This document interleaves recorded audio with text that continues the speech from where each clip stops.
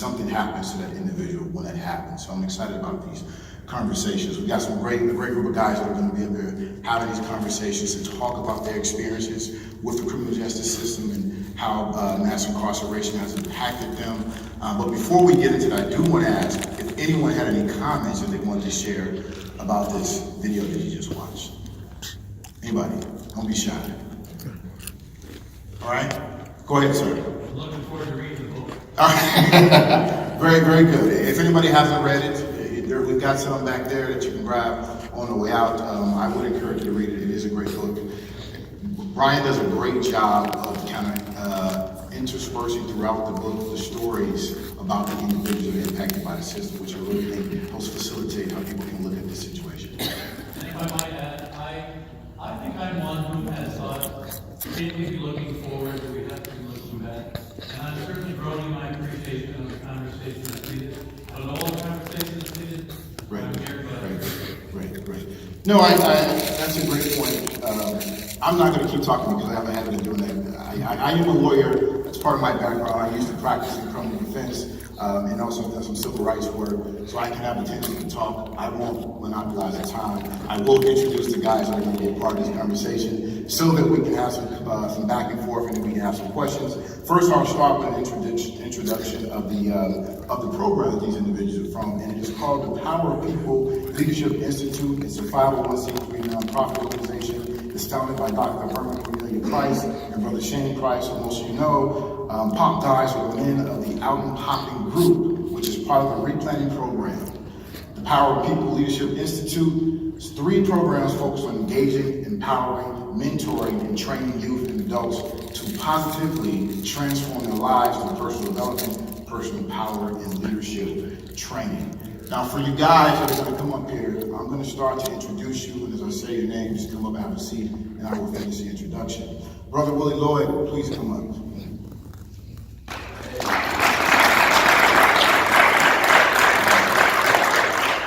Brother Lloyd is a pop guy, employed for 7 years as a supervisor and instructor at Summit Academy OIC. As an instructor, Brother Lloyd enjoys, find my spot. As an instructor, Brother Lloyd enjoys teaching adult learners the crafts of residential carpentry and home remodeling. Thank you, Brother Lloyd, for joining us tonight. Brother Oliver Cummings, please come up.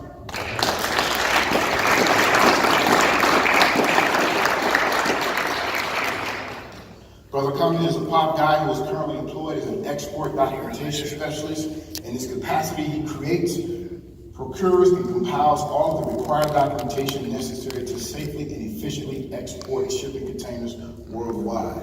Good job, brother. Thank you for being here. Brother Tierre Caldwell, please come up.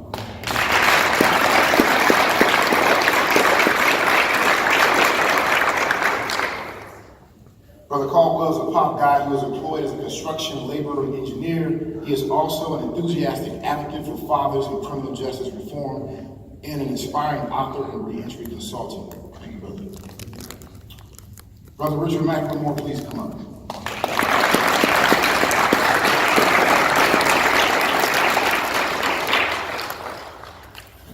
Brother McLemore is a pop guy employed with Pajama Place as a housing director. He serves as a board member with WAAC. He's a writer, author, established and manages a juvenile detention diversion program, and he's a business owner. Pajama Place is an African-American, culturally specific organization focused on young black men who have been involved with the criminal justice system. Thank you, Brother McLemore, for being here. And many of you may remember Brother McLemore from another session that we had, where he gave a lot of great insight about some of the policies and work around this issue. Thank you all for being here. Brother Shane, I think you go with no introduction needed. Most of you know Brother Shane. Brother Shane is going to say a little bit. Go ahead, Brother Shane. Good evening, everybody. Thanks for coming out. Willie, I see you over there. New Hope is our church. It's the church my wife and I attend, Dr. Price over here. We came here under Pastor Steve, and he excited us, and Pastor Matthew does as well. We never talk about our work. We just come and fellowship, come to hear the word. word here is rich, right? It's rich today. The pastor was in Ephesians today. It was excellent. He talked about, what it means to share the inheritance of God. Wow. For everybody who believes. Wow, what a gift. And we never spend any time talking about our work, really. To be quite honest with you, I had no intention of doing it. But someone approached us and asked, someone from the church, and asked, hey, I hear that you all are doing this work. I said, absolutely, we are, right? And these men are fruit of the work that my wife and I have done over the last 15 years, going inside of the Minnesota State Department of Corrections, Furbo, Racine, Moose Lake, and Idle Lakes, providing the leadership training that Cedric just talked about inside of the institution.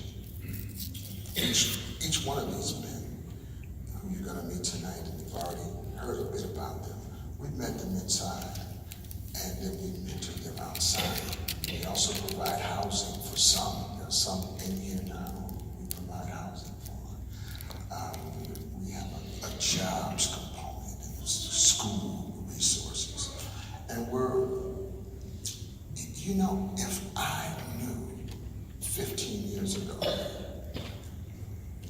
that the Lord was moving us into this direction like Noah, I might have ran the other direction.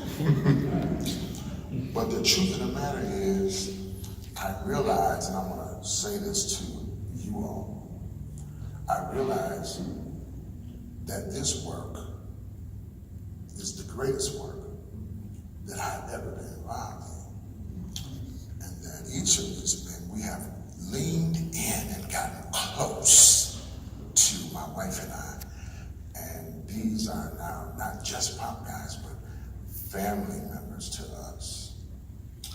So with that said, I'm going to give it back to our moderator here, Dr. Frazier. and hopefully we have a good discussion. Thank you so much.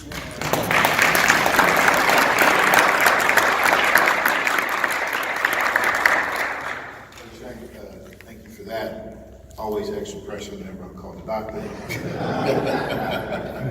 But I have all intention of trying to rise up to that.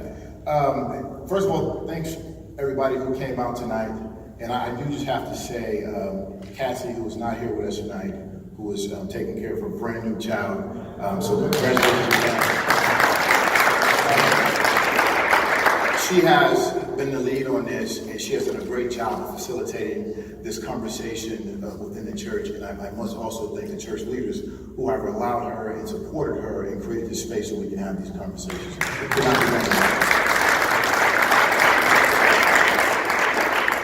So, guys, what we're going to do is I'm going to ask you a few questions. It's going to be kind of like a conversation back and forth. You can chime in where you want to. We'll get through the questions, and then we'll allow some time for question and answer from the audience if there is any. I do anticipate there will be some. So, and there will be some. You ready, guys? Here we go.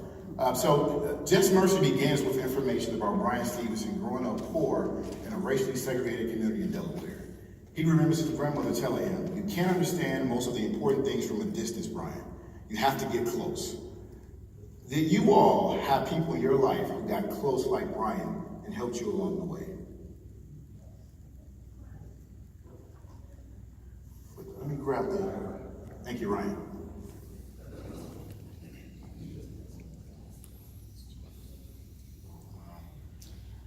Growing up, I was kind of absent of a father figure, and actually of any positive male role model in the area. I really didn't have an idea of what that looked like,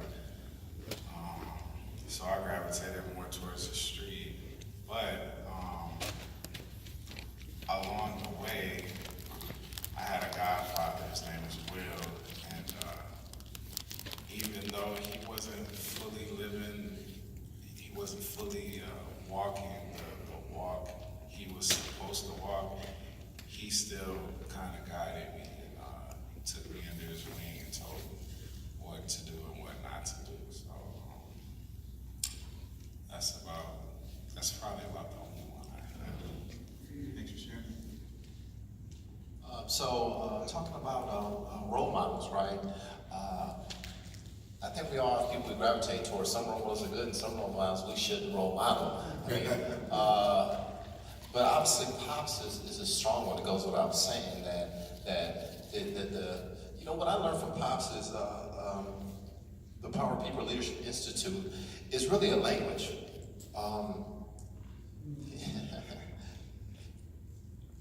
I think this goes for anybody. It's hard for me to sit in one place and talk. It's really hard for me. I'm telling you. Nah, all right. So I think everyone in the room can say that the way they speak around the dinner table, or the way they speak with their cousins at Christmas, is a whole lot different than the way they speak at church, or the way they speak at work, or the way they speak around anyone else that has some type of impact in their life, right? All right. Well, growing up, I didn't have that filter. See what I mean? I would talk to you just like I talk to her, just like I talk to him. And if I'm respecting you and her and him, I feel like I'm okay. I didn't understand that you can't do that. And that was one of the most powerful things that I learned from Pops and the Power People Leadership Institute, is that you have to be able to, I know they call it code switching, but you have to be able to just know who you're around and have a different language, a shared language, as he says. You know? So when we're talking about mentors, I definitely want to point that out. And obviously, you know, my stepdad as well, or you say Godfather, but my stepdad was really strong in my life, you know. And now later in life, my dad, I was 37. The first time I have a recollection, because I met my father, obviously, but having a recollection of meeting my father. So yeah, role models are so important. Yeah, absolutely. Hi. All right, so role models. Me in particular, I grew up in Chicago, Illinois. Come from a very broken family, particularly broken because of the crack cocaine epidemic of the 1980s. It impacted my family in a major way. The war on drugs. So it's kind of hard to, you know, hold someone up as a role model in that time, because pretty much everybody in my life were predominantly addicted to some kind of drug, and that had a lot of strain and stress to the family. Eventually, you know, as I kind of grew older and woke up a little bit more, people were placed in my life. They kind of, you know, sowed the seeds of consciousness and nudged me along a little bit more and helped out in terms of highlighting things that are really important in life and things that are, you know, not so important. So, with that said, Brother Shane Price is obviously one of those guys who took the time to kind of take interest in me and provide me with the nourishment that my young mind needed at the time. As time went on, my father, he got off of drugs, and he became very devout in his beliefs. So we had a lot of conversations and interactions, and he's a completely changed person. He's actually, he's actually coming to the glory of his former, his self that he's always been. I mean, he's always been a respectful. He's always been a competent, just a very stand-up person that was clouded by the drugs that he was taking. So now that's out the way, he can be his full self, and he's definitely a pleasure to be around. Thanks. Hello, everyone. My name is Willie. Role models. Pops, of course, he's probably my greatest role model and ongoing. But last night, I reflected back, and I thought about 3 people who were great role models for me early on. Willie Sullivan, Abdullah Amin, and William Flamer. These are all men who was on death row and I watched him die. Lethal injection. I used to walk the prison yard with him every day in the state of Delaware. And so, you know, I got to know him. Willie Sullivan was 27. He couldn't read. He used to bring me his canteen slip and ask me to add it up for him. He was mentally challenged, and yet he was on death row. And, you know, being with these guys every day, you know, playing basketball with these guys, eating with these guys, you know, talking to these guys, you know, I realized, you know, I didn't want to die like these guys. And it just caused me to really reflect on my life, what it was I wanted for my life, and how I had, you know, every duty to step it up, you know, and live my life in a way that these guys couldn't. And I'll just stop there, because I could go on too. I could talk forever too. Appreciate that. Willie, you just mentioned something about mental illness, and in the book, Stevenson, he takes a hard look at mental illness, and he states that today over 50% of prison and jail inmates in the United States have a diagnosed mental illness, a rate of nearly 5 times greater than that of the general adult population, right? Why do you all think that courts ignore severe mental and intellectual disabilities at trial? I mean, why do you think this? I mean, this is a huge issue. It goes to, I mean, in criminal law, the law is about intent. The mental capacity to actually conjure up the ability to have an intent when you do a crime goes to whether or not you can prove that crime in court. Yet courts may ignore that and still convict someone.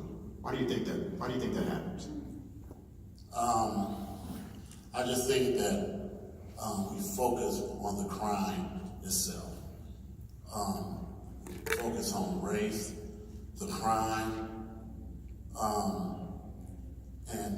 and just, you know, being tough.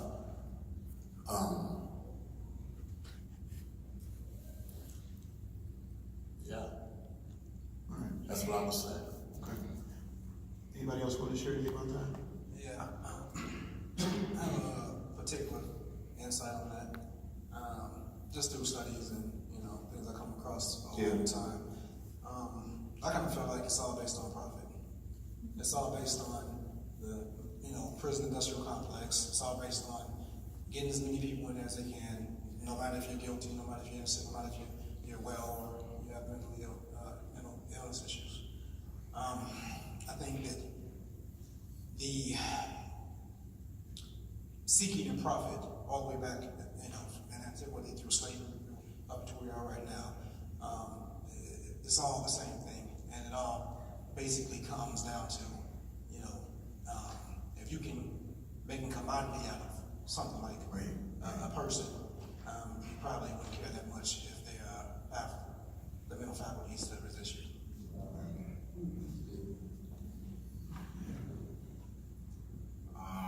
I'll just touch slightly on that.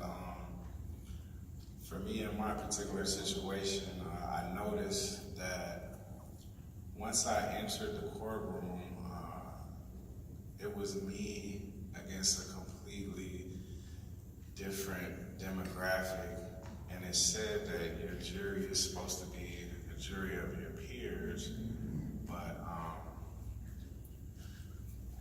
how can I say this? None of the jurors were my peers. None of them understood the nature of my case or of my charge or about the type of stigmatism that came with my particular charge. And during the jury selection, they admitted they didn't know. And with that being said, it kind of just seemed like, you know, it's just more about numbers and keeping the beds full. And that's my position on it. does have the combination of money and I think just because you're mad. You know, what pisses me off, what aggravates me, what upsets me today, I may criminalize, but tomorrow I probably may not care about. Okay. I do think that, just to kind of wrap that up, I do think that when, in a society, in a country where we kind of found a way to monetize, in a capitalist society, we found a way to kind of monetize and commoditize everything. When it became profitable to build places to incarcerate folks and have a profit off of that, I do think that then policies were designed to make sure, to further that end, right? And the end would be to profitize that. So now you're developing policies and laws to find a way to continue to keep those beds filled because the money keeps rolling in that way. That is something we have to look at from a policy perspective when we're thinking about being compassionate. The policy has to be compassionate and understand what the end is, what the end game is. Are we building systems to rehabilitate folks, or are we building systems to maintain a profit? Are we building systems to maintain something that's going to be profitable, but not really caring about the individual, being compassionate about that individual as they go through that system? You mentioned the jury not looking like you.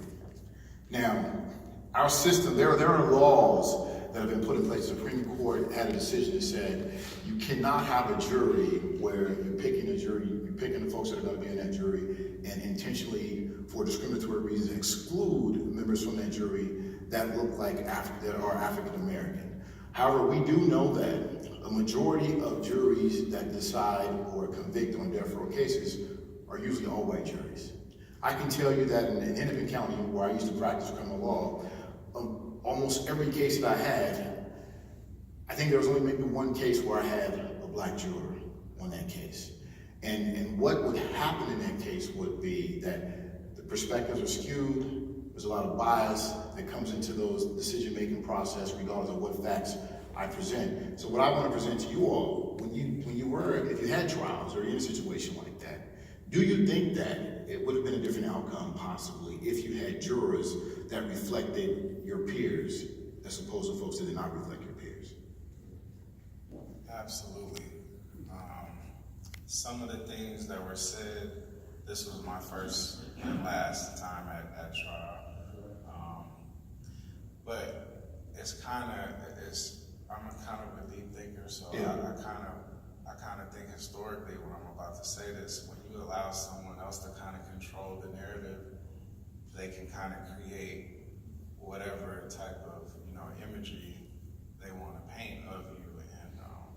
And in my particular case, I had to take responsibility for all of the drugs and all of the violence and all of the crimes that were committed in my neighborhood. Mm-hmm. And that was tied to me.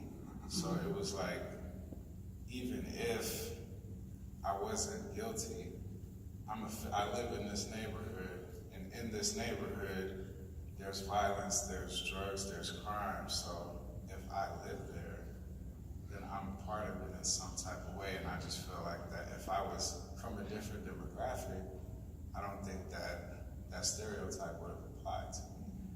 And that was something that was used against me and a number of other things. But like my fellow panel members, I can talk a lot too. So I'll pass. Okay, that's a very hard question for me to answer. On the surface, I want to say, yeah, of course, you're in a situation where someone who looks like me can have kind of the same socioeconomic background as me and can empathize with my plight and things like that. It will benefit me in that process. But people have to inherently, get over their preconceived notion. They have to care and have some sense of compassion and empathy and want to get the truth and want to actually see justice fulfilled. That's not always the case. And that's, whether you're pink, purple, brown, or candy stripe, it doesn't matter what color you are, your creed or whatever. Good people are good people. So one would hope that, anyone who finds themselves in that kind of situation will be more inclined to take the situation seriously and not be concerned with just getting it over with and, moving on with their lives. I had 5 black people a part of the jury selection. All 5 were struck. And, then, the most obvious reason and for me then, okay, well, they don't want them on there because they're black. But now knowing what I know and reflecting back on it, I realize that they don't want them on there because people of color have been victims of injustice and know what it looks like and what it feels like. And to deny them access is to keep that perspective out.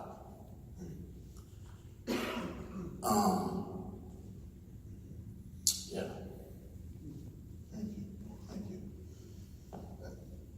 Stevenson notes in his book that the opposite of poverty is not wealth. The opposite of poverty is justice. How did poverty play a pivotal role in the lives of the people in the book? And are poverty and justice able to exist together? And did we see any examples of that in the book? And then also, how should society work to right this grievous wrong? It's a lot in there. A lot of questions. You don't have to take all of them. You can take one. I'll try to pick the shortest one. All right. No, for me, I think that, poverty, if you don't have if you have money, it changes a lot of things. Yeah. But if you're poor, not properly educated about the law, you can't make bail, and then a lot of the times it's a difficult situation for you. It's not looking too good. So I think the poverty aspect when it comes to law, man, it's tough because there's a lot of people right now that are behind bars that shouldn't be, but it's because they're poor, just for that simple reason. And it's if you don't know, you don't know. You don't know what you don't know, and the less you know, you not knowing something could cause you years and years out of your life with just a technicality. Yeah. A minor technicality. It's guys whose cases I've read that I was incarcerated with that, couldn't, he couldn't read. Right. So if you can't read, how could you stand a chance with a public defender who just wants to make you plea, just take a plea deal and just go on to the next one? Right. There's so many different layers to that, and money definitely does. Poverty plays a big role, pivotal role in it. I definitely hope you guys read the book because one thing that was painfully clear was that you're better off being rich and guilty than poor and innocent. Okay. And it's not just poor for poor's sake, but what it means. You lack the capital, resources to hire, adequate defense. You can't, expert testimony. On and on. You feel pressure to take a deal because you're the only breadwinner, and you have to get back out. You feel the pressure of getting out of jail to get back to your family because they need you. Being poor impacts your entire decision process.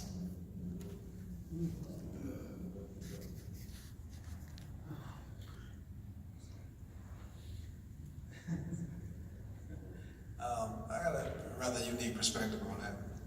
Well, to answer the question, the predominant question, I don't think that poverty and justice go together at all.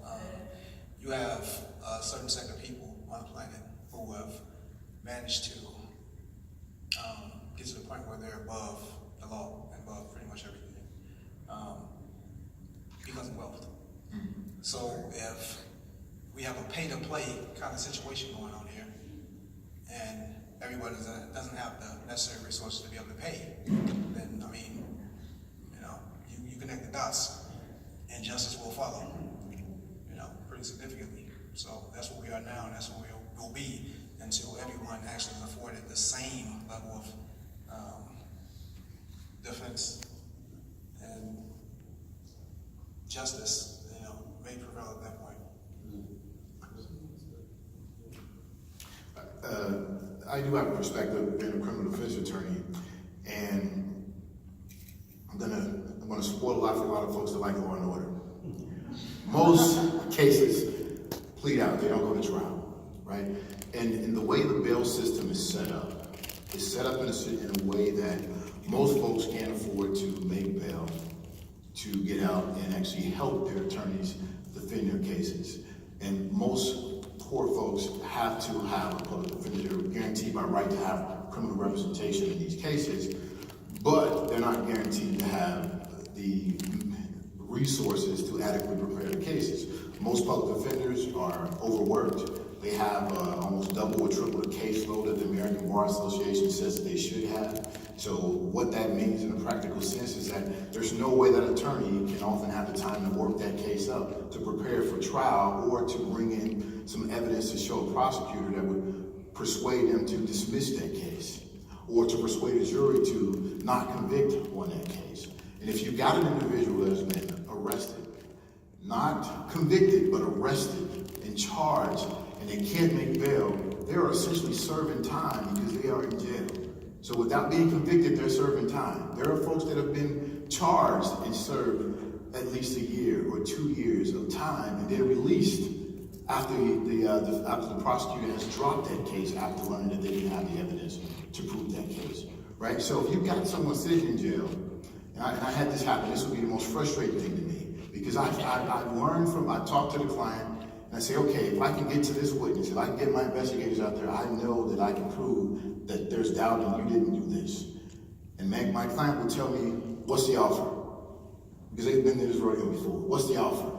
And I say, well, the prosecutors offered you this, because they charged you with 10 things from this one incident, and that's called upcharging, which is typical, because they know you're gonna want to take something to get out of here. They'll say, I'll take the plea. And I say, but I think we can win this case. I don't care, I gotta get home. I miss my kids, I'm gonna lose my job, I can't afford to do that, I'll take the deal. I say, but I don't think you did this. And they say, I know I didn't do it, but I gotta get out of here. And that happened way too many times in my practice as a criminal defense attorney. And that is the inadequacies and inequity that's within our system. Because if you got the money, you can be guilty, you can play your bail and get out and put on a rigorous defense and play that out and possibly convince a jury that you didn't do something, create that doubt. But if you don't, you're sitting behind bars because you can't get out on bail. And then you take the plea because you just want to go home. And that is a huge inequity. And that is something that is perpetuated in the system every day. And it puts public defenders at a huge disadvantage, and you get the perception of public pretender, and I totally understand that. Because all those cases plead out, they're overworked, and the system doesn't allow for them to take the adequate time they need to defend those cases. But just had to share that. I promise I won't spend a lot of time talking a lot, but guys, thank you for sharing that. Thank you.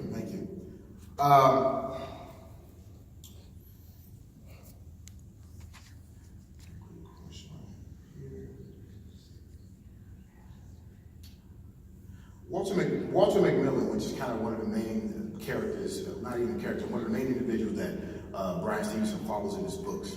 He says, Walter McMillan taught him that mercy is just when it is freely given and rooted in hopefulness. And Stevenson went on to say that mercy is most empowering, liberating, and transformative when it is directed at the undeserving. Have you experienced or seen this type of mercy in your life? And if so, what impact has it made on you?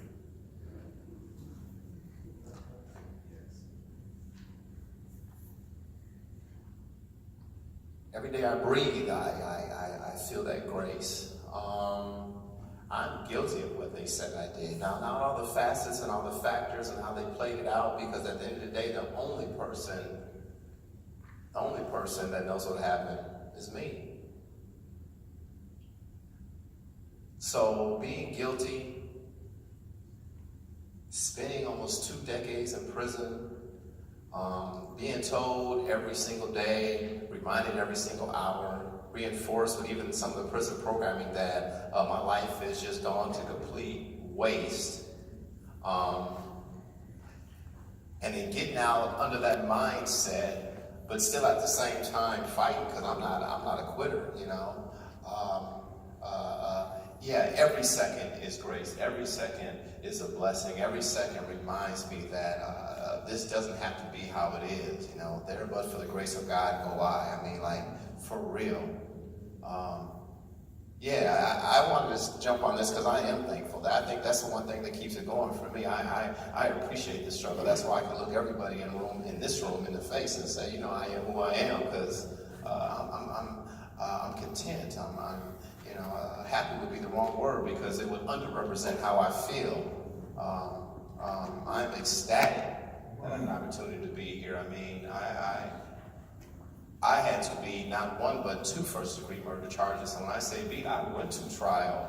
I thought I had a couple of dollars as a pharmaceutical expert, and I found out after. All right,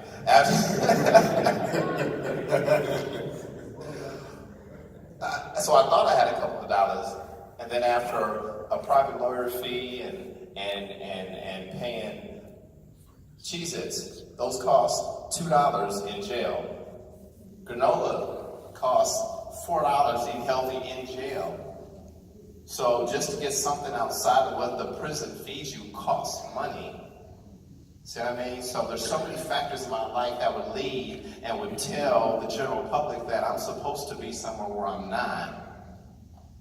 So yes, I mean, every day I'm reminded of the grace that I have. I am so thankful. Oh my God, I could go on about that forever. Right.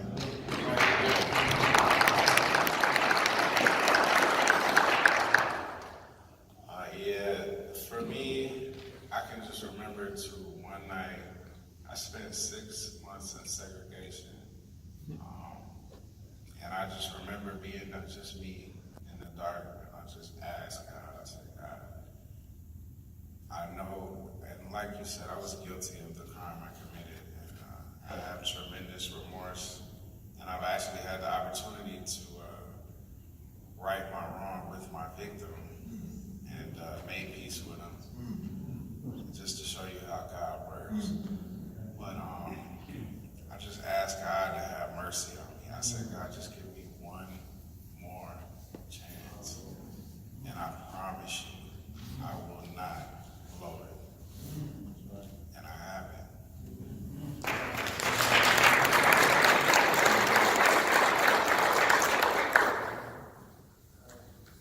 Mercy is kind of a funny thing. For me, when I think about mercy, I think about someone who is altruistic, completely selfless. You know, that's not a very common trait, as far as I'm concerned. From what I see on a daily basis, it's not a very common trait. So, when I have come across people display those traits, I definitely recognize them and appreciate them. You know, as not being a part of the norm and being a needed, you know, kind of glue for the society that we all hope to have. So, me personally, you know, there have been a lot of people in my life who have taken interest, contributed in different ways, and I guess that's a sense of mercy. But I think that for someone to completely exhibit that and embody that, they have to have a sense of selflessness, and you know that's hard to come by these days. Yeah.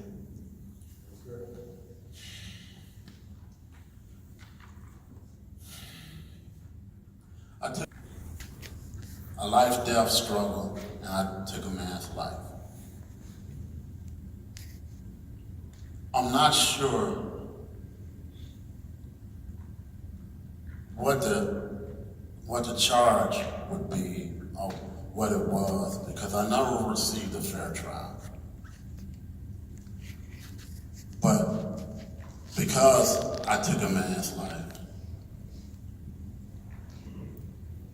I held myself accountable for that for years. Even, when God forgave me, I still often thought about that. Waking up into the realization that wasn't my life. It wasn't the life I was supposed to be living. I felt ashamed, humiliated, embarrassed. And that went on for some time.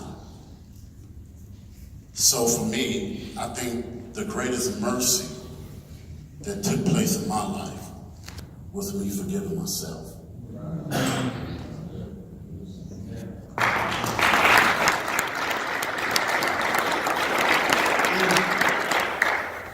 In the book, Bryan Stevenson talks about, it goes through the years that he spent with Mr. McMillan in trying to get his case overturned. And he showed, year after year, he showed the evidence that should have been, and any objective person looking at it would have been the evidence that exonerated him. But yet, year after year, he was turned away. Why do you think a system that is predicated on providing justice is so resistant to owning up to any mistakes that it's made and exonerating folks when it should? I think, that's kind of a question that begs a multifaceted answer. One perspective would be, in his case, they needed a patsy. They needed someone to actually make them seem competent in their jobs. The public pressure and all these different things on the system made them actually decide to manufacture a situation where someone did this. Now, you have a situation where you have a man in a room with several people, enjoying his life, and that's not good enough, Church-going people, Right. He's not gangbangers, he's church-going people, So that's not good enough. So that particular instance was just, he was railroaded, to suit the needs of that system. And it's kind of funny, it's like, I saw a documentary on Netflix about this guy that was kind of railroaded the same way in Wisconsin. They did a number on him. So that was that situation. But in general, I think that when you have we have a group of people who spend, so much time preparing, so much time perfecting their craft, so much time doing whatever it takes to be deemed competent to, represent someone else or whatever. It's kind of hard for them people to look themselves in the mirror and say, I messed up. Or I need to rise to the occasion and be the kind of person who does the right thing, even if it causes me personal harm and pain. Right. That's not a, common trait, obviously. So that's the problem.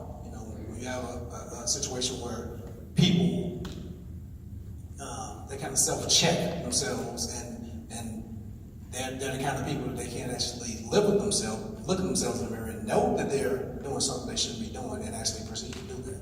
So I think it's pride and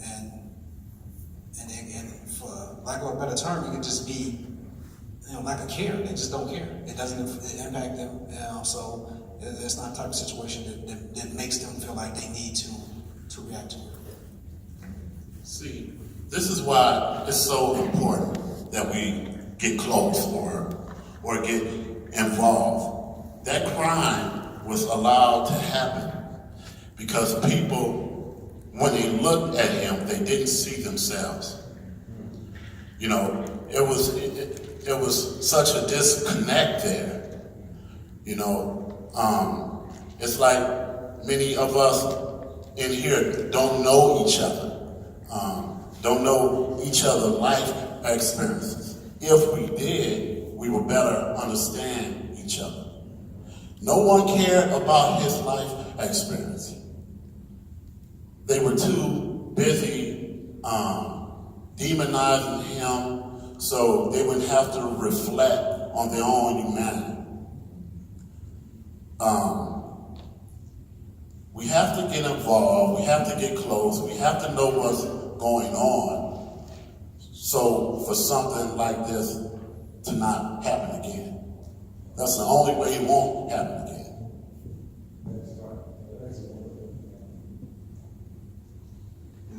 All right. So, in the final chapter of the book, Bryan Stevenson talks about the work that his organization is doing to help those who are reentering their communities by providing a support system and help with reentry needs. What are the challenges that you or others have experienced upon replanting in your community? And what support did you receive, or have you received? I'll say first I just gotta give Shane. What this man does, Shane, you come into the belly of the beast. When we at our darkest, weakest, broken, most torn, traumatic. If Shane wouldn't have came to me in the middle, and he came in the middle of my sins, at a point where I was lost. I didn't know where I was. I didn't know what I was going to do or how I was going to make it. And he showed me mercy. And I guess, not to go backwards to your previous question, but when you're showing mercy, it's easier for you to show it to somebody else. And the example and the template that Shane set for us while we were in there, you can't get that knowledge and that teaching and that love and not reciprocate that back. And just the joy that we get from seeing him every Tuesday, from seeing him, I don't know if I should say teach or preach, but it's a little bit of both. But when you get that knowledge and you see that it's worked for you, you know that along with your personal experiences, you can also take that knowledge and help it shape and help other people. And it doesn't do any of us any good to get this teaching and this knowledge and not give it back. And so, that's absolutely. Piggybacking that, Pop's class, I mean, the Tuesday night group is based on consistency, you know, and a shared language and just a brotherhood. I mean, that's very rare. And it amazes me that programs like his struggle. I mean, it really does. That's something that's proven to work has a problem functioning with something like our criminal justice system, who's proven not to work, is functioning just fine. You know, so it always blows me away that we have a lot of smart people in America, so I don't get it sometimes, you know. But to trust, you know, working at UJAM Place, okay, so I'm in human services.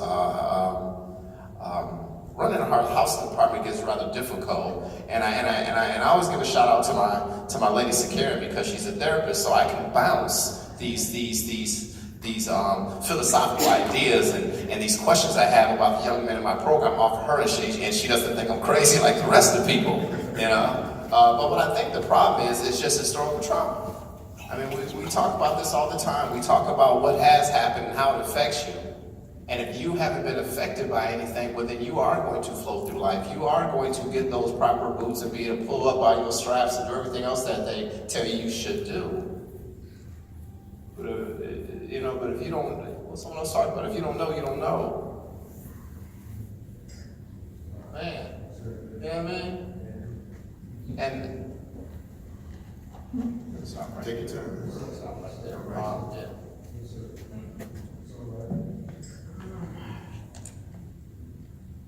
I think that it kind of, you know, gave me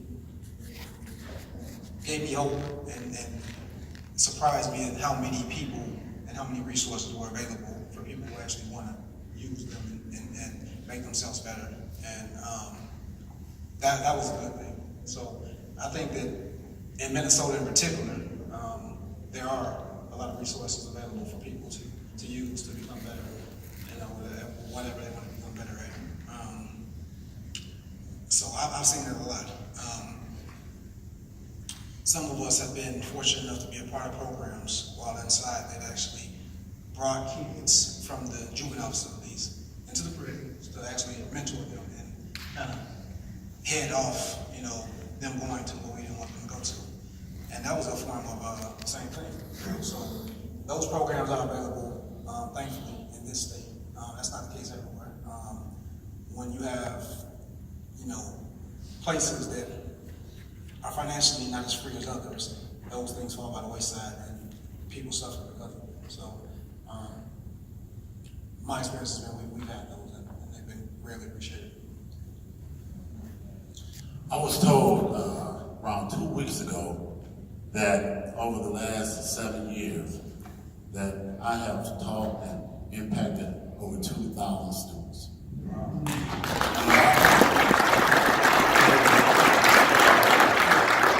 The reason why I'm mentioning that, because as successful as it may appear, I still face barriers of discrimination for housing,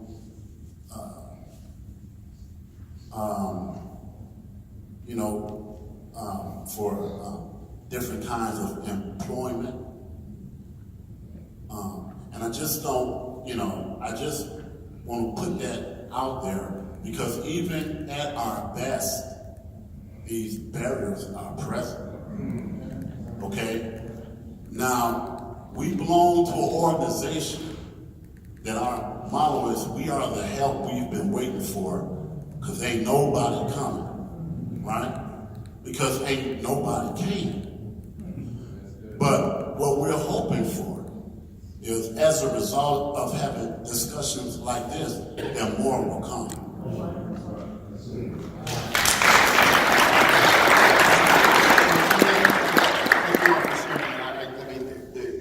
What they just shared about POP, I've been to a couple of POP sessions. Just if a mere charge shows up when they do a background check, they will not give them employment.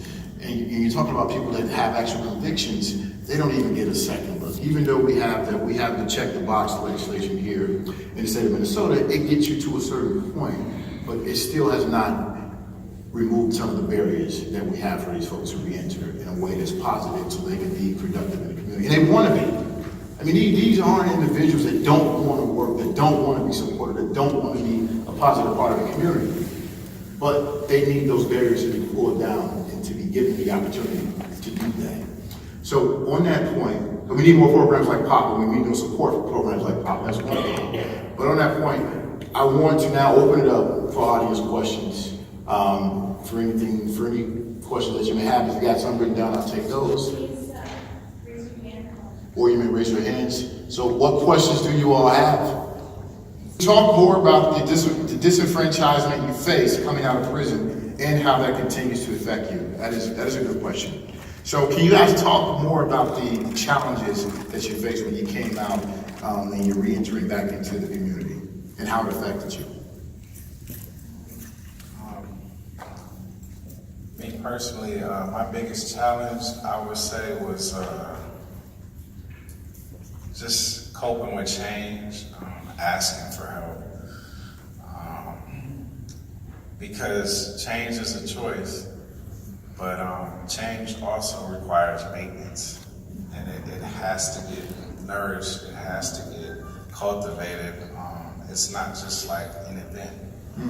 And with things like Power of People, it allowed, you know, that change to be watered and nourished versus just coming out, because when you come out, everything's different.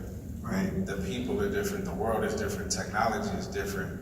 And, you know, the hardest thing is knowing in your mind that you change, but then the whole world views you for the worst mistake you've ever made in your life. Right. And so when I came out a changed man, and now I'm sitting in front of these interviewers and dressed to the T. And yet, you know, I have to be revisited and reminded of the worst mistake I ever made in my life. And just speaking about it brings me back to a certain place. But I know that I'm better than the worst mistake I ever made.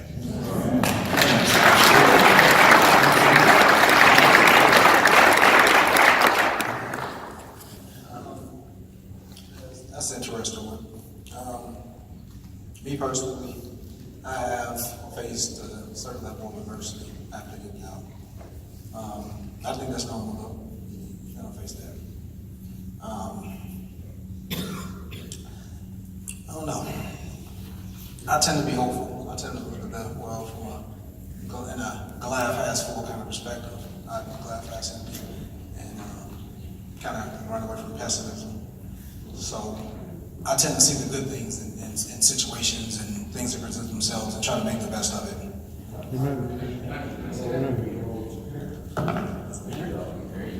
Oh, yeah, well, yeah, I mean, that right there is something that's kind of like, I mean, I have one child. She'll be 3 next month. We actually share the same birthday. And, you know, her coming actually changed my perspective on all that, you know, considerably, significantly. So, I don't know, it's kind of hard to answer that from that perspective.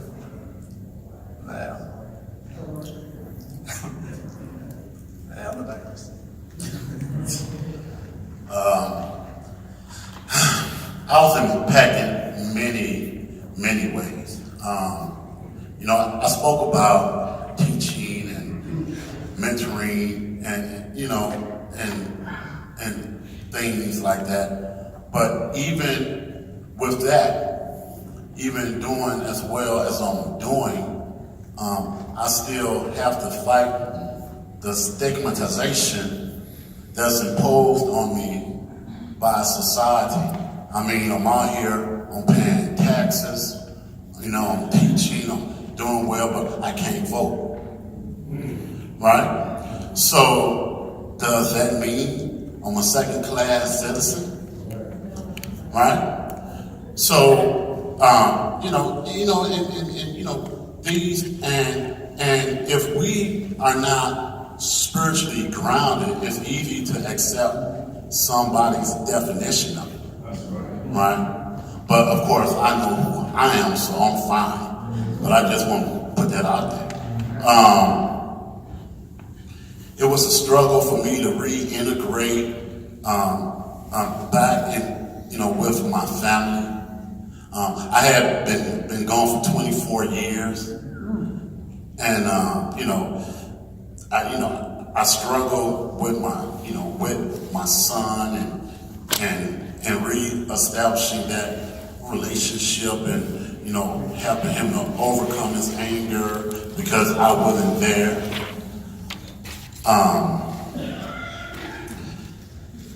What can I tell you?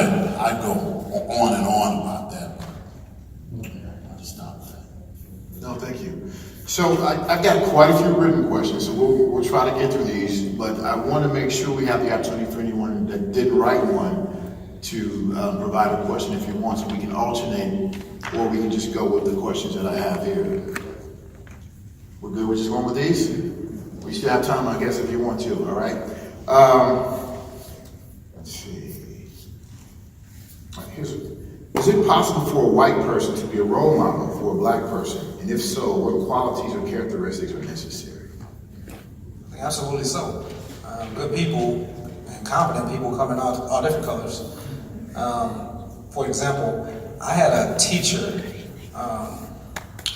She was a teacher. She was she was a GED teacher, and I was a GED tutor. Yeah. And it was probably one of the most darkest times of my life, because I was 18 years old with over almost a decade, 2 decades of time to do.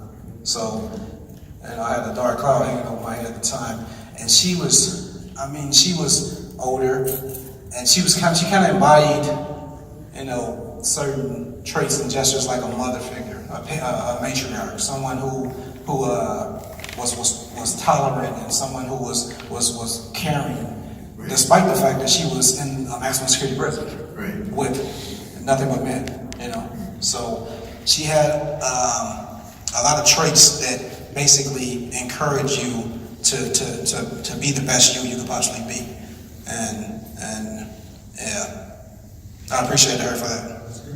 Yeah. The only qualities necessary are their willingness to want to help. And qualities that I want to emulate. And that's it.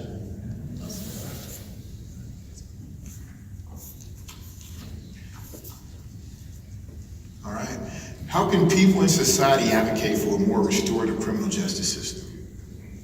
What can folks do? I would say, me personally, I would think that you can't help somebody you're afraid of, and you have to be willing to.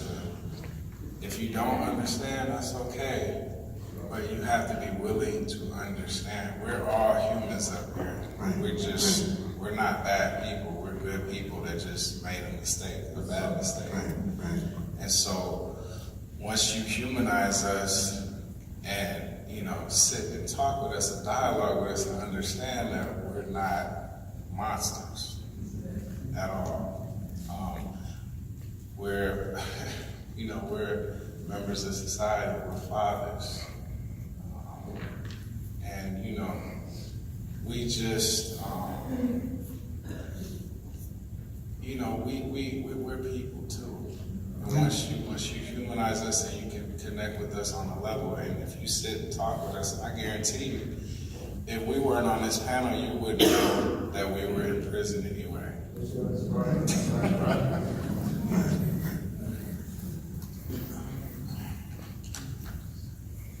I think the undeniable fact that the vast majority of people who are in prisons across the country, and there are so many people in prison compared to what used to be in prison these days. I mean, it's just crazy. But the vast majority will be getting out. They will be your neighbors. There will be someone you come across at some point in time. So, it kind of benefits you and society as a whole to place a certain level of importance on making sure that person is someone that you wouldn't mind sitting next to you on the bus or the train or wherever, as opposed to somebody that you have to fear because you treated them like an animal and not like a human being.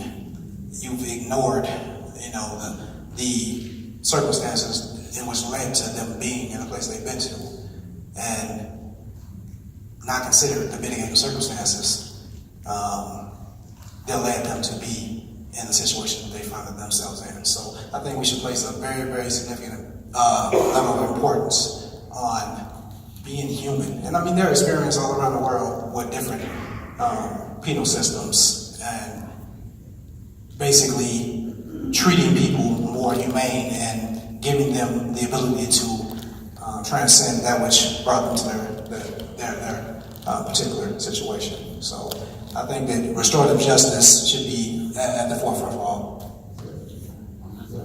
Yeah.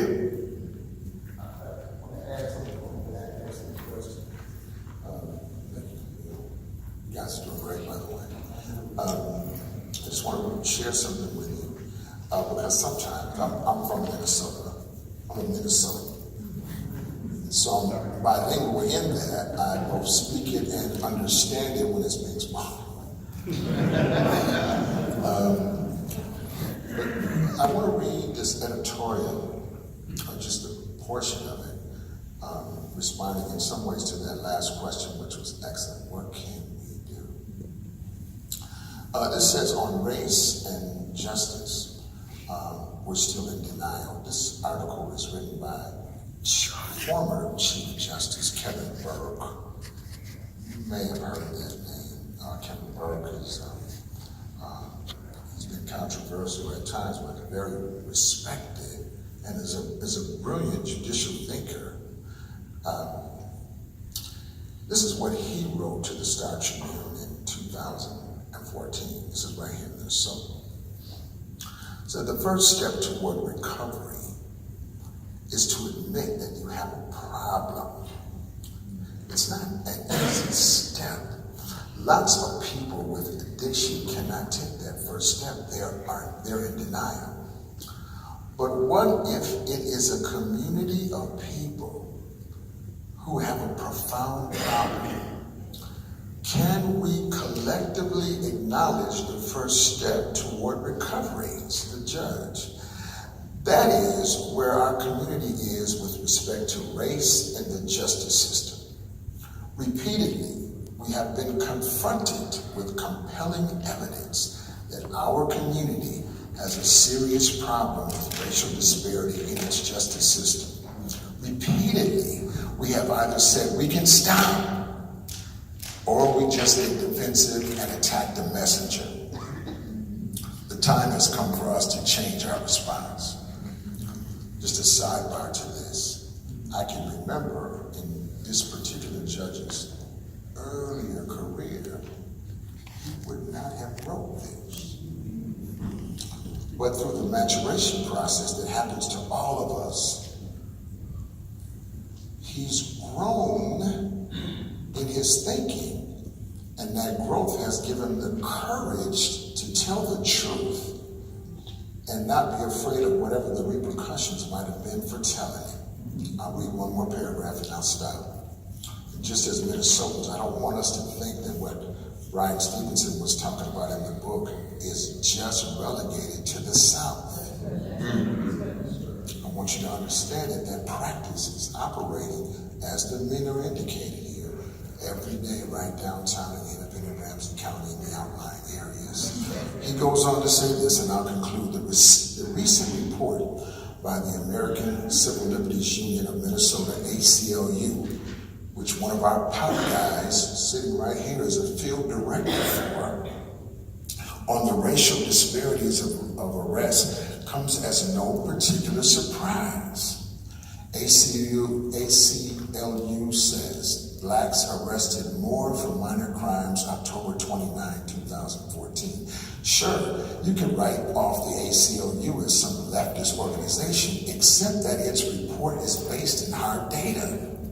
The ACLU's data and its analysis replicate numerous studies dating back decades about the problem of racial disparity in the justice system right here in Minnesota in our community. And now to the question, what can we do? Each one of you have a state representative, someone who you're going to go and elect here just in a few days. Those individuals are critical to what we are talking about here tonight. Even a phone call that might be fielded by a machine or someone else, but a phone call about this is measured in a certain kind of way where politics is concerned. If you have one or two phone calls around the same issue, it means that 1,000 or 2,000 people are thinking the same way. It has an impact that you ask your legislatures whom we elect, where are you at in this whole notion of racial equity? Where are you at? Some representatives are members of our church, by the way. Where are you at with this? If you ask critical questions, if you do nothing else but ask critical questions of our elected officials, you will find that you are adding to the solution and helping to alleviate the problem. I'll stop there.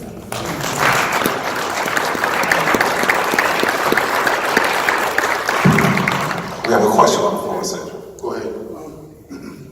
Talk about what can we do about it, and calling our legislators and making phone calls. Is there anything in the process now that we could call and give support to that could affect the plea dealing, taking the plea, the whole bond, bond system. Is there anything in the works now that we can support? Or does that need to get started from the grassroots? Well, that's why you look into your state representatives like Mark Hossie, for instance, and folks that are pushing that initiative of getting rid of the cash bail system. You know what I mean? Because we really don't need. It's already started. Yes, definitely. That's where the education piece comes into play. If you don't know, you don't know. If you don't know what questions to ask, well then you call your state representative will do very little. You know, you got to ask the right questions. You don't just call them up and ask about the issues that affect you. You ask about the issues that affect your community. You ask about issues you may not know about. Like, do you know that having a criminal background affects your college application? It affects your level of income going into a company and the rate of pay you get while you mature through that company if you get the chance to raise through that company. It affects you buying a house. It affects you getting an apartment. It affects you with your state benefits. It affects you applying for your state benefits like Social Security. Going to prison, even though it proves you've been traumatized and are technically crazy, you get denied by the state for any Social Security. So you got to know the questions to ask. I mean, like really, when you call your state representative, ask those questions like, hey, why can't my neighbor vote? He pays taxes. You know?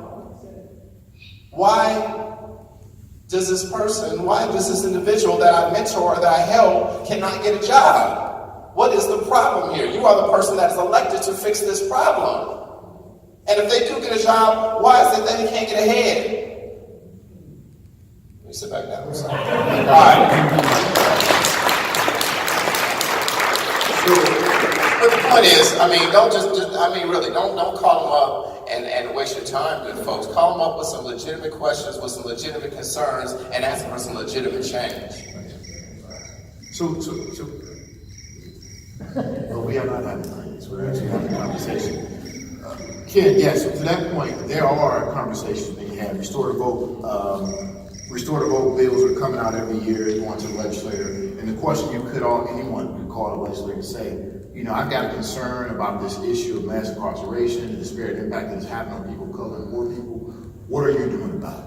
What is your position on this? What is your platform? What are you going to do to change these inequities in the state of Minnesota? So everybody in the room can make a commitment to make a call. I mean, before we leave, everybody in the room make a commitment. I will make a call. That's the start.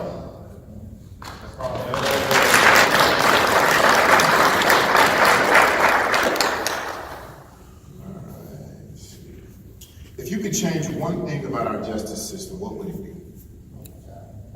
One thing. Each of you, one thing. One thing. I mean, really, the cash bail system, I mean, it doesn't make sense. I mean, it really doesn't. If you're innocent, proven guilty, there's no way you should have to pay for your innocence. That's just crazy, and they know it doesn't work, and it's all about the money. I mean, let's just be honest.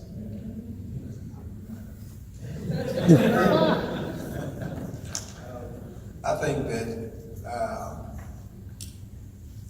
actually requiring anyone at all to spend time in jail for a crime that they're yet to be convicted of committing is completely ridiculous. I mean, obviously there are going to be mitigating circumstances. If you have videotape of someone shooting someone, obviously they're in society and the judge can decide to hold that person. But the vast majority of people waiting for trial, and in some situations, I mean, people are waiting years for trial, which is ridiculous. Yeah. You know. Yeah. So I think that whole process and the money that it generates needs to kind of just be scrapped and something else needs to be done. One real quick, Sean, I said that you guys answer this. Give us the wording. If we're going to call and we're going to talk about the cash bail system, give us the wording. I'm calling my representative. Give me the wording that I need to bring up to this person to get us moving in the right direction. Because all of us. I'm not legal, so I don't know. Right. Wouldn't that be the county attorneys? The state reps are definitely part of it. But if we're talking about the cash bail system, that would be the county attorney because the prosecutor is on to setting the bill, the judge is on to confirming the bill or the bail. So For the wording, simple, in cash bail. Of course, there needs to be coalitions, there needs to be grassroots around it, but Mark Costello, who had brought up, he's running for county attorney against Mike Freeman, who's been in office for over 20 years in Hennepin County, and that is a person who has backed any cash bail. It's totally discretionary. Of course, we can have statute, but the prosecutor has full discretion on how they impose the law.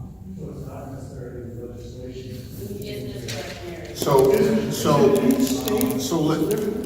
Yeah, each state has different rules around that. So legislation could take away the discretion. The discretion is provided by the law. So you could essentially say, we would like to have something that removes the ability of the prosecutor to decide when an individual gets bail or not, cash bail or not.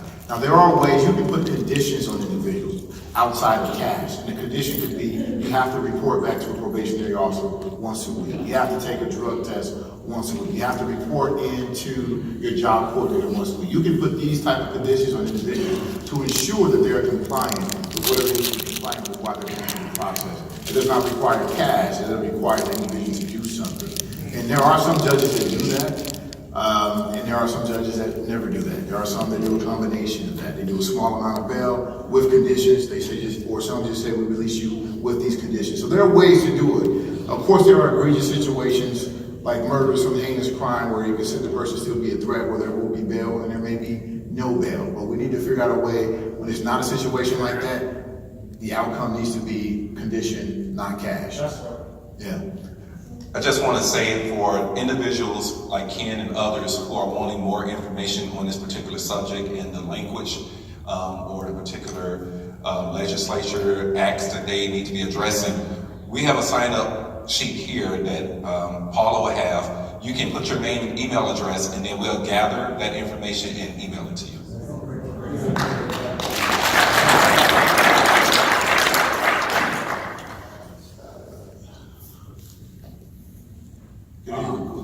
I just wanted to piggyback on that. What I would like to see change, I would like to see oversight. You know, I would like to see a system in place where prosecutors, public defenders, and judges are audited.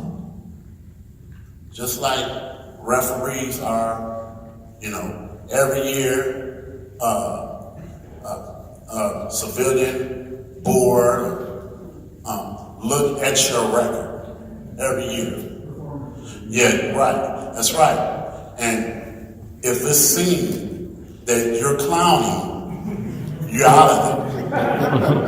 I mean, you know, the biggest incentive to do right is when you know you're being watched, right? And accountability, right? Right now we have none. And that's what I would change.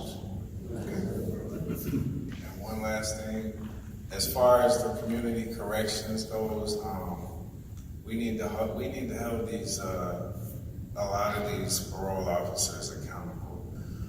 There's a thing called intensive supervised release that is almost specifically designed for the individual to fail, and I can't say it in any other way. And a lot of these parole officers are overstepping their boundaries. They've actually overstepped them with some individuals in our group. And by the grace of God, they're still here. But there needs to be a level of accountability, and there needs to be resources allocated for programs like this. Because when somebody re-enters society, they need support, they need resources, and they need opportunities. And if they're consistently reminded of what they did, if somebody keeps calling you an animal, you're an animal, and they don't have the proper support to, you know, if you don't have that support and you don't really know who you are, a lot of people come out lost. And they need to know that they have these resources available, and you know, we can reach a lot more people. And I feel bad for the people I know that aren't involved with us, even though we still integrate them in some type of way into the group. There's a lot of people that can benefit because this program changes lives.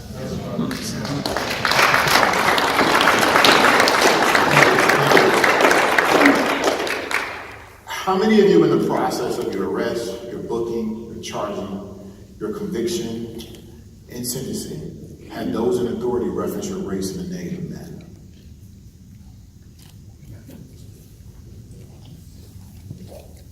Well,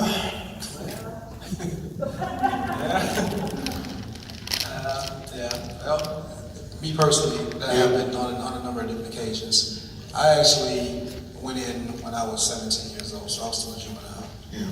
And, a lot of officers, during that process of kind of going through the juvenile facility into the county jail or into prison, they had opinions, and they let those opinions be known on many different occasions. So, yeah, people who they're in positions of authority, and they haven't necessarily risen to the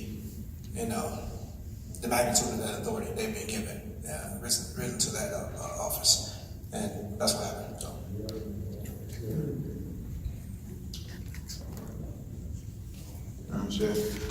I'll add to that a little bit. So, as a criminal defense attorney, I would I'd get the arrest record, I'd get the report from the police officer, the arresting officer, and I'd read their report.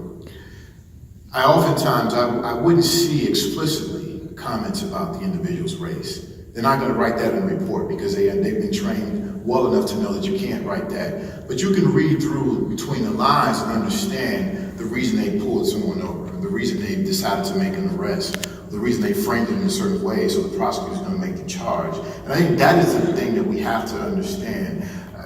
When I talk to people, I say racism has become sophisticated. It's not overt. Well, it hadn't been overt in the most recent years. We're seeing more things now with our public discourse, but racism is very sophisticated now. So it's not going to be explicit when these terms are used, when these thoughts or biases are portrayed, but they are there. And you kind of have to look for them in order to see them. So I will put that out there. So you may not hear it explicitly, the certain words used or the terms used, but you can read between the lines in the way they describe things to see the bias and to see the racial animus behind it and that influence the decisions that are being made. See, I'm sparking more. Yeah, no, I don't want to touch that because it go on for days and days. Yeah. I'm not trying to, but there's this thing called son and boy, all right? And when I went to prison, I was a kid too, so I went through JDC, and they took me out to Ramsey County, the workhouse with adults, but kept us in a room, and then I went back to JDC, then I went to ADC where I was around adults, and I'm 17 this whole time moving around. And at the time I didn't get it, but some folks refer to me as son. But a lot of people called me boy, including my own lawyer. And at the time, I'm 17, I'm confused, there's a lot going on, I'm not really getting it, I've kind of checked out because it's just too much reality for me. But it wasn't passive, it was very overt. There was a time where there's this guard, I still remember his name, at St. Cloud. Me and a couple of guys I knew, 2 white guys were standing there. I don't know what we were doing. We were just standing there talking about something. He just walked up on us out the blue and he said, "Man, if I saw you 3 guys in the alley, I knew who I could." And I'm like, "You could what?" And he just kind of looked at me. I'm like, "Dude, what?" And they would do little stuff like that when I was in the joint. They go just far enough to antagonize you. They know what they're saying. They know who they're looking at. They know what they're implying, but they also know there's cameras there. So if they goad you a little bit, just mess with you a little bit, then you do what you're going to do, which is say something or do something. It gives them the opportunity to do what they wanted to do anyways.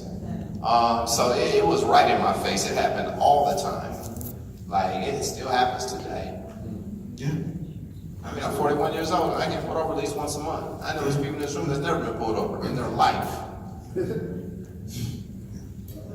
And that is a part of the piece when I refer to reading those reports. A lot of these traffic stops that happen, when you look at the explanation for the traffic stop, when they didn't see anything other than the individual driving in the car and what they looked like, when they described why they did the pull, why they did the traffic stop, you can tell that it was for no other reason other than that individual looked a certain way, and that's what they saw. There was no crime being committed at the time. There was nothing that led them to believe there was any crime that was going to be committed.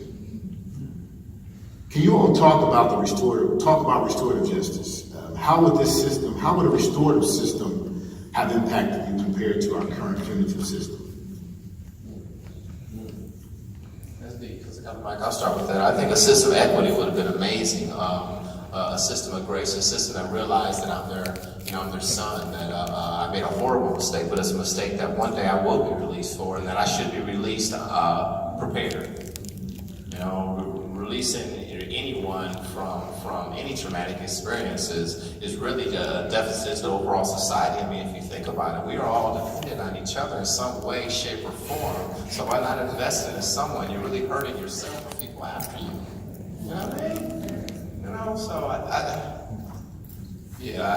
think we just really have a vested interest in each other, and really my message is you really hurt yourself if you don't take a serious look at what's going on with everyone else around you.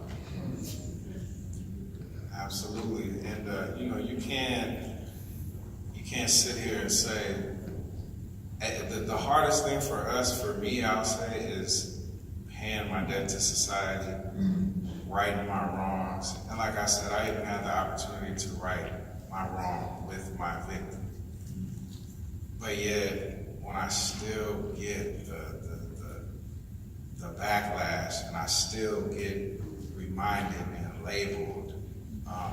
I've been on job interviews where the job was going fine, and once the lady realized that I had a conviction, she left the room and came back with 2 other people and told me the job was no longer available.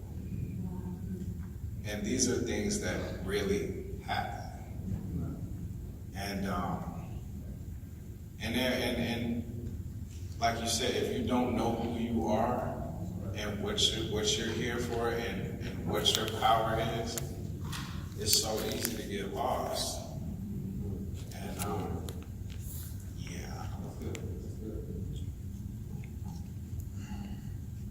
I think that anyone who cares to pay attention kind of knows that there's been a significant level of racial injustice and social inequality, forever. Those wrongs need to be righted at some point, or they're just going to magnify and keep on going on and on and on and on and on. Restorative justice is the tenet to be able to do some of those things. So, I mean, it's needed. It's definitely needed. We need to be able to right some of those wrongs. The system itself was kind of created in a way to benefit, certain people. So, I mean, it's pretty entrenched in regard to where it is right now. Doesn't look like it's going anywhere anytime soon, so restorative justice can be a tool to kind of right some of those wrongs.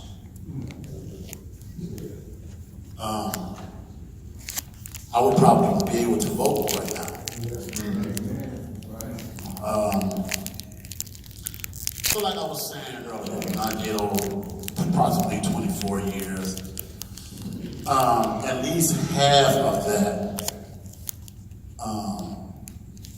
was very challenging for my education, my educational pursuits. Because at the time, I was a lifer, and many educational programs in the state of, Delaware, Minnesota, and Pennsylvania was off limits to me, meaning I was denied the opportunity to better myself, because at the time I was thought I would never get out. Perhaps if we had a true restorative justice in place, it's possible. I don't know, but it's possible. I could have came out with a PhD. Because I was that serious about my education. To that point, those are some of the things that when you talk to your legislators, those are some programs that used to be in our criminal justice system. There used to be educational programs. There used to be more opportunities for folks to get education, to come out with degrees and trainings to help them replant and re-enter back to the community that don't exist anymore. Those are things that legislators can work on, putting resources back into those institutions to provide for that type of thing. So those are things you can ask your legislators about as well. They have the power to work on legislation to kind of incorporate those things back into the system. Go ahead. One last thing. If you want people to be seriously be rehabilitated, fund that. Don't just want somebody to just get through in a cage and just the key threw away. If you really want them to pay for their debt and to right their wrongs, you know, there has to be some type of programming or something to help facilitate these guys, because not every, like I keep saying, there are monsters in there, but not everybody is a monster. And a lot of people have never even been given the opportunity to even know what it's like to even have education, or, you know, a lot of these people that are in there, they're not from the best situations. A lot of these people come from drug abuse, mental health situations, broken homes, and so, you know, they don't come from a lot of the same similar backgrounds as the people in this room. So, resources to help rehabilitate might help restore that justice. Absolutely, absolutely. So I might get one more question, and I'll let you all close the comments. In this question, some of you mentioned that, you know, what you went through the system for, you were convicted of, and you said, hey, yeah, I did that. The guilty verdict was correct. But we also talked about how there was still injustice. So talk more about how you were guilty, that could have been the right outcome, but you still suffered from or were impacted by injustice in the system.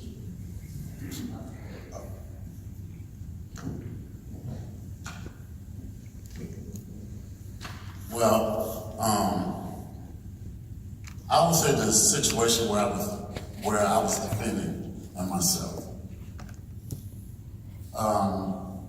Attorney was incompetent, and you know, he said he didn't have he said there wasn't enough time for him to adequately investigate witnesses.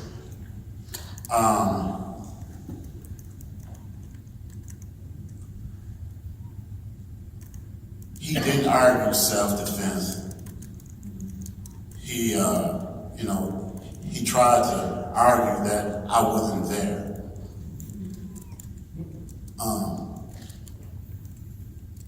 You know, he was incompetent. You know, everyone said I was there.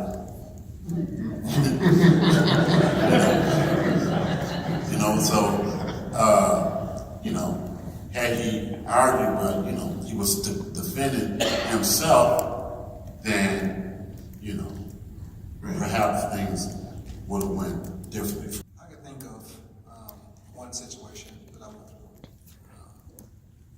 I actually was in a medium security prison, and I was going on a visit to visit a family member. There was a lot of construction going on in this prison, so you had to take certain routes from your living situation to the actual visitor room, which was in the separate building, separate part of the prison. So I didn't want to walk all the way around the construction to go to this visit, so there was a little path right on the side of my building that would enable us to go straight to the visitor room without having to walk all the way around. So you would get permission from the officer at the desk to be able to do so you wouldn't have any problems. Well, I got this permission, I proceeded to do that, and I ended up going to the visit. On the way back, I ended up using the same pass because I had permission. Right. There were probably about 6 officers, and they were what were the officers called? The SWAT. The squad. They were the officers that actually came and got you and took you to segregation if you did something wrong. So they all kind of just congregated around their vehicle and just, kind of just talking.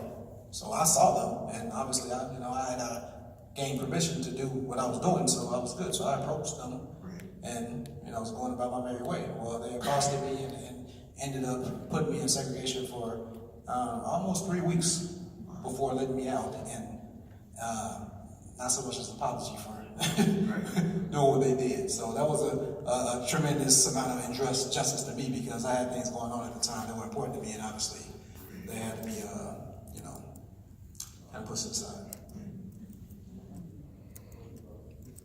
Real quick, I think the biggest injustice to me was the fact that my crimes, the enhancement for the benefit of the gang was added to my charge when it had absolutely zero to do with my charge. And the prosecutor actually asked to have it removed because she had no evidence of any gang involvement. And but they kept it. And I asked my lawyer, why can't we get this removed? And he said, well, a lot of times during trial, the lawyers just throw things out there, and the prosecutors just throw things out there just to see what sticks.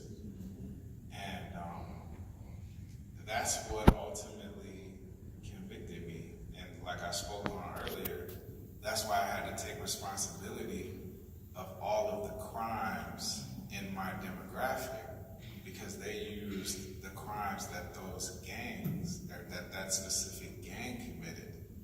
And so I had to take responsibility because this gang committed 6 or 7 different crimes.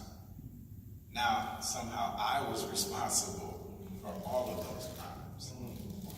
And my first time, sitting in this courtroom, your first time meeting me, you think, oh, gang member, he did it.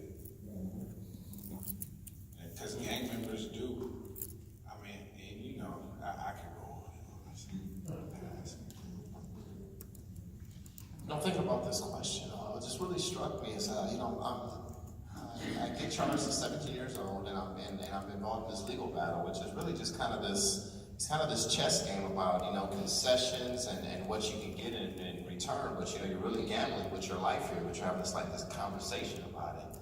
And my lawyer is telling me how the system works. Even though you're convicted of one charge, there's usually a series. Sometimes they call them like lesser included. And what that really does is it gives a jury an opportunity to find you guilty of a series of things. And sometimes that's good, sometimes it's bad, especially if they're spitballing and throwing things off. Well, my situation is a little bit different. I'm 17. I know I'm being charged with murder too, which is incredibly serious. And I'm being told by my lawyer, hey, if you just waive certification and go to ADC, just don't put up a fight. They won't increase the charges. They won't add any charges to this. And then we can go after what's called lesser included, meaning we can go after like the manslaughters and the assaults, because there's extenuating factors. I mean, this guy was twice my age. There was all these different things going on. It wasn't just me walking up a guy, So I take my lawyer's advice. Okay, I want a jury trial anyways, because I want my day in court. That's another thing in the juvenile justice system. There is no jury trial. And no judge is going to risk their career by finding someone who's charged with anything of a heinous crime innocent. It doesn't matter how old they are. So I take my shot in adult jail, 17 years old. I get to ADC, I go into my cell, and there's 2 pieces of paper on this metal bunk, and they're grand jury indictments. They're 2 murder 1 indictments.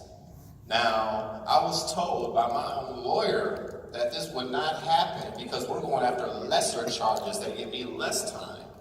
As soon as I walk into my cell, this was already taking place, and he never even told me about it.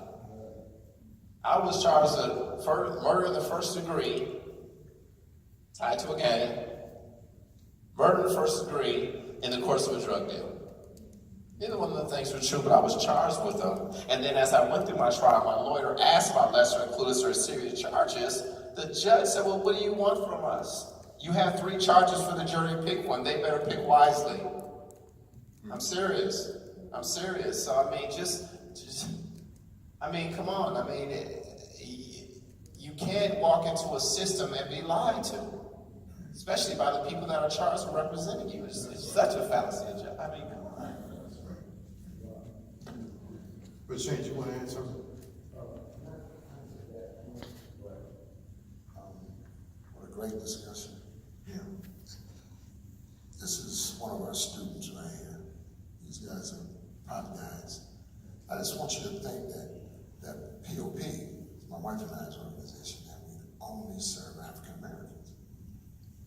Because we're African American, we naturally attract African American guys. But we serve European men, Native American men, Hispanic, Asian men, and we have graduates from every culture, because we're not teaching race, but we're teaching principles and precepts.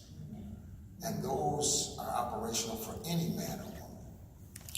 This young man, though, I wanted to be able to include our men who are still incarcerated. I asked their permission, and I have more, but I'm just going to take Daniel here. This is Daniel Drew Millen. We met him a couple of years ago. He was quiet. He was ashamed of what he had done. He's guilty of his crime. He admitted that. But he joined our group, Power of People, right? Personal development and leadership. We believe you can't take leadership until you first develop yourself. I appreciate that leadership, and I appreciate the leadership of our pastor, because even this second, he's helping to develop us in some ways that we didn't realize we were going to be developed. But here is Daniel's reflection. We have a study group of lifers in Rush City that have read the book. Right? This is Daniel's reflection. It says, after reading Just Mercy, I felt profound gratitude for the love and mercy I have received from God, my family and my friends, the judge who oversaw my case, and the Power of People organization. At the time, I felt sadness and compassion for all the young men who Stevenson was fighting for and who needed justice. I could relate to their brokenness, and I felt compelled to seek out healing from my own brokenness while incarcerated. I owe that to everybody who does not know if they'll get out of prison or even if their life will be spared. I am getting out, and I am getting free right now. We teach that. Our students have to get free in prison so that you can maintain freedom on the other side. Watch this. When I do that, I'm going to be supporting others healing as well. Stevenson reminded me that I am more than the worst things that I've done, and that my life has a lot of hope and meaning. I am filled with hope, love for myself, love for others. I believe that the next chapter of my life is continuing to seek redemption, my sharing, healing, love, and mercy I have received. I am grateful to Mr. Stevenson and the work that he's doing. When he frees others, he is helping to support my freedom as well. This is young Daniel Millen, who was silent and in the back row when he started.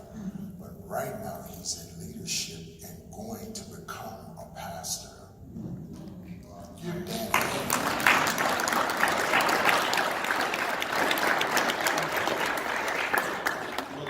Thank you for sharing. Is that our time, Ryan? That's a great note to end